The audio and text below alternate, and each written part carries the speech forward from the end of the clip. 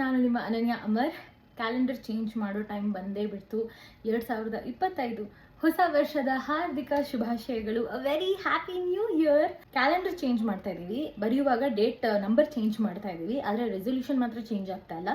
ಹಳೆ ವರ್ಷದ ರೆಸೊಲ್ಯೂಷನ್ನೇ ಈ ವರ್ಷಕ್ಕೂ ಕಂಟಿನ್ಯೂ ಮಾಡಿ ಅಥವಾ ಯಾವುದೋ ಒಂದು ಹೊಸ ರೆಸೊಲ್ಯೂಷನ್ ಆ್ಯಡ್ ಮಾಡ್ತಾ ಹೋಗ್ತಾ ಇದ್ದೀವಿ. ನಾನು ಆ್ಯಡ್ ಮಾಡ್ತಿರುವಂತಹ ಈ ವರ್ಷದ ರೆಸೊಲ್ಯೂಷನ್ ಏನಂತಂದರೆ, I have to read more books. ಯಾಕಂದರೆ ಆ್ಯಸ್ ಎ ಸೈನ್ ನನಗೆ 2024ಅಲ್ಲಿ ಸಾಕಷ್ಟು ಬುಕ್ಸ್ ಮನೆಗೆ ಸೇರಿದೆ. ನಾನೇ ಪರ್ಚೇಸ್ ಮಾಡಿರೋದಿದೆ, ಗಿಫ್ಟಾಗಿ ಬಂದಿರೋದಿದೆ.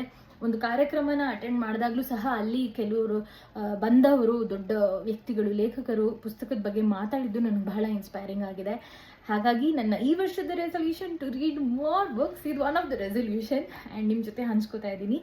ಪ್ಲೀಸ್ ಯು ಶೇರ್ ನಿಮ್ಮ ರೆಸೊಲ್ಯೂಷನ್ ಏನು ಅಂತ ನನಗೆ ತಿಳಿಸಿ. I hope so.